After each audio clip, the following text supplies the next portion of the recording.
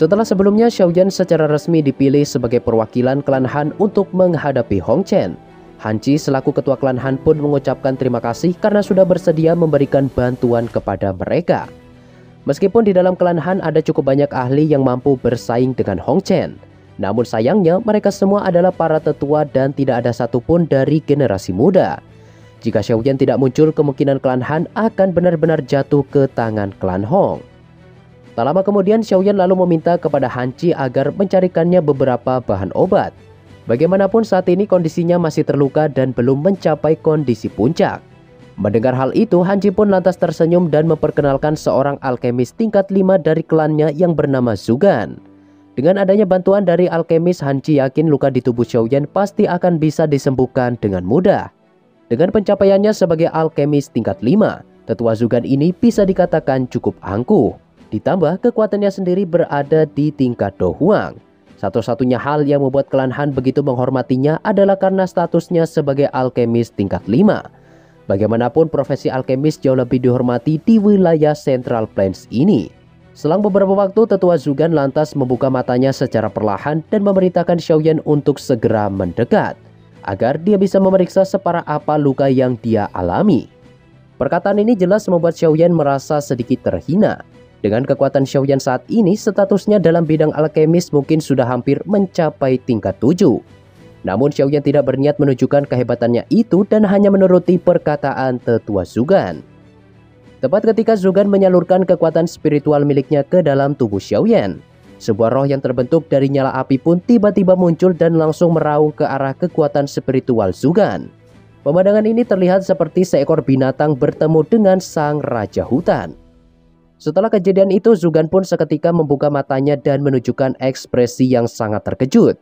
Dia bergegas mundur beberapa langkah ke belakang sembari menatap Xiaoyan dengan penuh rasa takut. Zugan secara alami dapat merasakan kalau roh yang dia lihat itu jelas terbentuk dari jenis api yang sangat menakutkan. Selain itu, di dalamnya juga terdapat kekuatan spiritual yang 100 kali lebih kuat dari miliknya.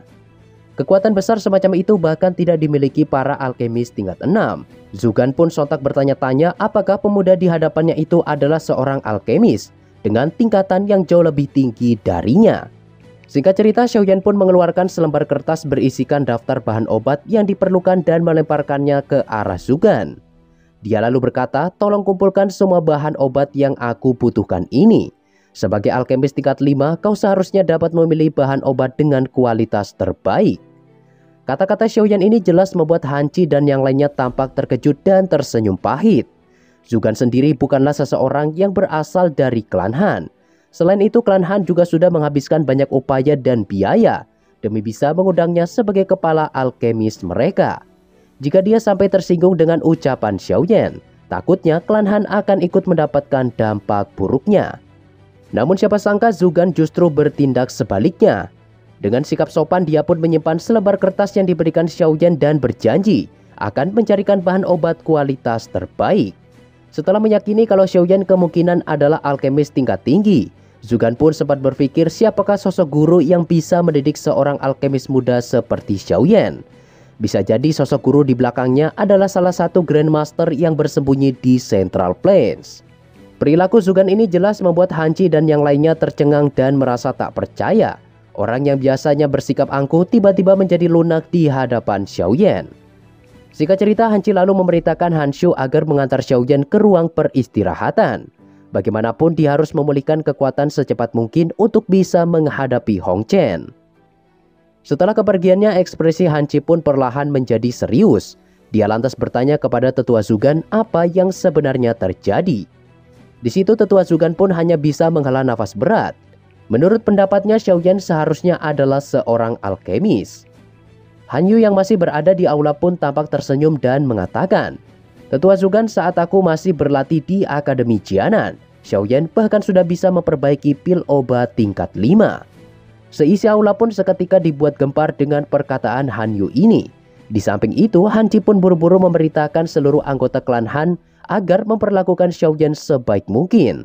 Bagi siapapun yang berani menyinggungnya, maka dia akan dihukum sesuai aturan klan yang berlaku.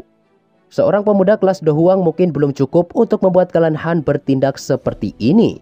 Namun jika status alkemis yang melampaui Zugan ditambahkan di atasnya, bahkan klan Han sekalipun harus bertindak sopan.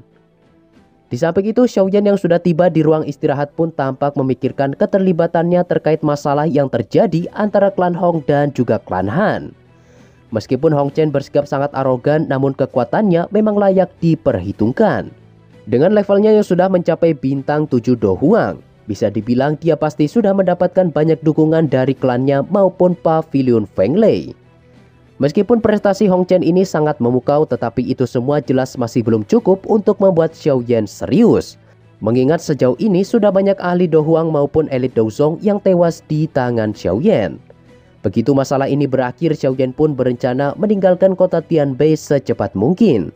Bagaimanapun Xiaoyan harus menerobos ke ranah Douzong sebelum kompetisi pil gathering dimulai. Meskipun Xiaoyan sudah menjadi seorang alkemis tingkat 6 puncak, tetapi jika hanya mengandalkan kemampuan ini, dia pasti tidak akan bisa bertahan di wilayah Central Plains yang sangat berbahaya ini. Selama dia bisa mendapatkan api surgawi 3000 Burning Flame, maka Xiaoyan akan memiliki sedikit kemampuan jika sampai bertemu dengan seorang elit Douzong legendaris. Oleh sebab itu, dia harus bisa masuk peringkat 10 besar dalam kompetisi pil gathering nantinya. Selain itu, untuk mendapatkan api surgawi, Xiaoyan juga tidak ingin menghancurkan nama baik Yalau. Mengingat dahulu dia juga pernah berdiri di arena kompetisi itu dan berhasil mendapatkan juara. Tatapan Xiaoyan lantas berpindah ke cincin penyimpanan yang terpasang di jarinya. Setelah menyerap roh jahat, Yao Tian kini masih tertidur dan belum menunjukkan tanda-tanda kebangkitan. Sesaat kemudian Xiaoyan pun mengeluarkan botol giok yang berisikan roh Han Feng dan berniat menginterogasinya untuk yang kesekian kali. Tidak seperti sebelumnya, kali ini Xiaoyan benar-benar bertindak kejam dan langsung membakar roh Han Feng dengan Fallen Heart Flame. Hal itu dilakukan demi bisa mendapatkan informasi terkait keberadaan Yalau. Sebagai roh spiritual, Fallen Heart Flame adalah musuh alami bagi mereka. Karena tidak kuasa menahan siksaan yang dilakukan Xiaoyan, Han Feng pun akhirnya menyerah dan berjanji akan memberikan semua informasi yang Xiaoyan inginkan. Setelah Fallen Heart Flame di sekitarnya menghilang, Han Feng pun mulai bersuara dan mengatakan kalau Yalau dikurung di salah satu aula cabang milik Aula Jiwa yang terletak di bagian barat Central Plains, tepatnya di sebuah kota bernama Kota Ming. Dikabarkan di sana ada beberapa pelindung dan juga tetua terhormat yang ditugaskan untuk mengawasi Yalau. Ekspresi Xiaoyan pun sedikit berubah ketika mendengar para penjaga ini. Meskipun dia bisa bertarung seimbang dengan beberapa pelindung yang berada di tingkat Douzong, namun seorang tetua terhormat di dalam Aula Jiwa adalah eksistensi yang belum bisa dihadapi oleh Xiaoyan. Mengingat kekuatan mereka harus berada di tingkat Douzong ke atas. Setelah mendapatkan informasi penting itu, Xiaoyan pun menghela nafas dan kembali menyegel jiwa Han Feng ke dalam botol giok. Singkat cerita, 2 hari pun telah berlalu. Selama kurun waktu ini, Xiaoyan terus melakukan pelatihan tanpa henti, sembari mengkonsumsi bahan obat yang dia pesan kepada tetua Zugan sebelumnya. Sementara itu, di sisi lain terlihat Han Yu dan juga Han Shu sedang berdiri di halaman luar. Karena batas waktu yang ditetapkan oleh Hong Chen sudah hampir habis, Han Yu pun tampak cemas karena belum ada pergerakan yang ditunjukkan oleh Xiaoyan.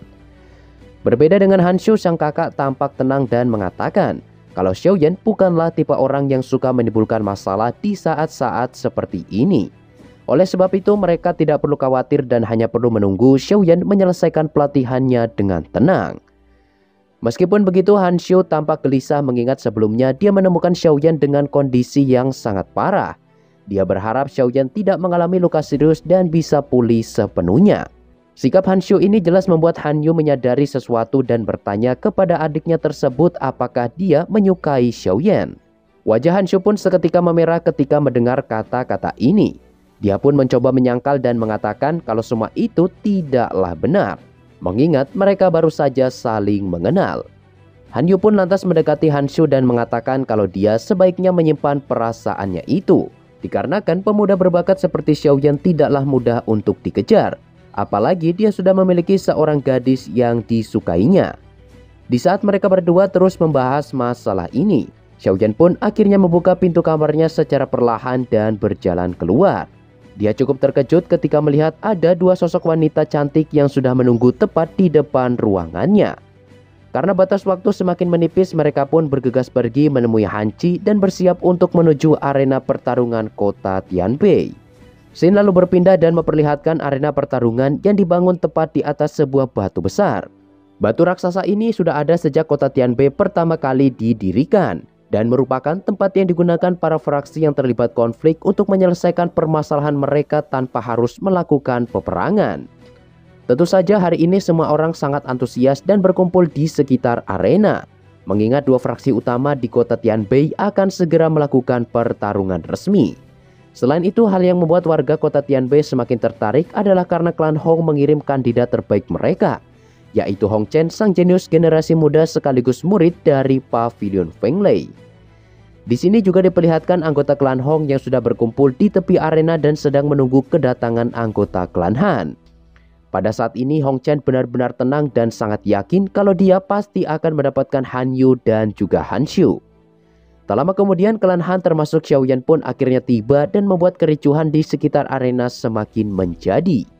Setelah kemunculan mereka, ketua klan Hong yang bernama Hong Li pun perlahan berdiri sembari tertawa dan mengatakan, "Ketua klan Han, aku pikir kau tidak akan berani datang ke tempat ini." Han Chi pun tidak menanggapi provokasi itu dan tetap bersikap tenang. Dengan nada sombong, Hong Chen pun tiba-tiba bersuara dan meminta agar pertarungan segera dimulai, dikarenakan dia harus bergegas kembali ke Pavilion Fenglei untuk melanjutkan pelatihannya. Setelah mengatakan itu, tubuh Hong Chen pun menghilang bagaikan kilat petir dan muncul tepat di atas arena. Dia lalu meminta sang penantang dari klan Han agar segera turun dan berhadapan dengannya. Para penonton pun seketika menyapu pandangan mereka ke arah kelompok klan Han berada. Dari pandangan mereka, sepertinya hanya Han Yu yang memiliki kualifikasi untuk bisa menghadapi Hong Chen, mengingat hanya dialah satu-satunya generasi muda klan Han yang sudah mencapai kelas Do Huang. Selang beberapa waktu, Han Yu pun mulai bersuara dan mengatakan kalau perwakilan klan Han bukanlah dia, melainkan pemuda yang duduk di sampingnya. Kata-kata ini jelas membuat seisi arena tercengang dan langsung memperhatikan sosok pemuda asing yang belum pernah mereka lihat sebelumnya. Hong Chen yang berdiri di atas arena pun sontak menunjukkan tatapan dingin ke arah Xiaoyan dan berkata, "Han Yu, jika kau ingin mengirimkan seorang pengganti, bukankah kau seharusnya mencari seseorang yang jauh lebih menjanjikan?"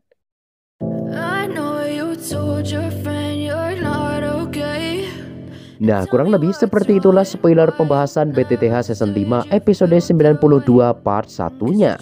Dan untuk part 2-nya akan Mimin kerjakan secepatnya guys ya.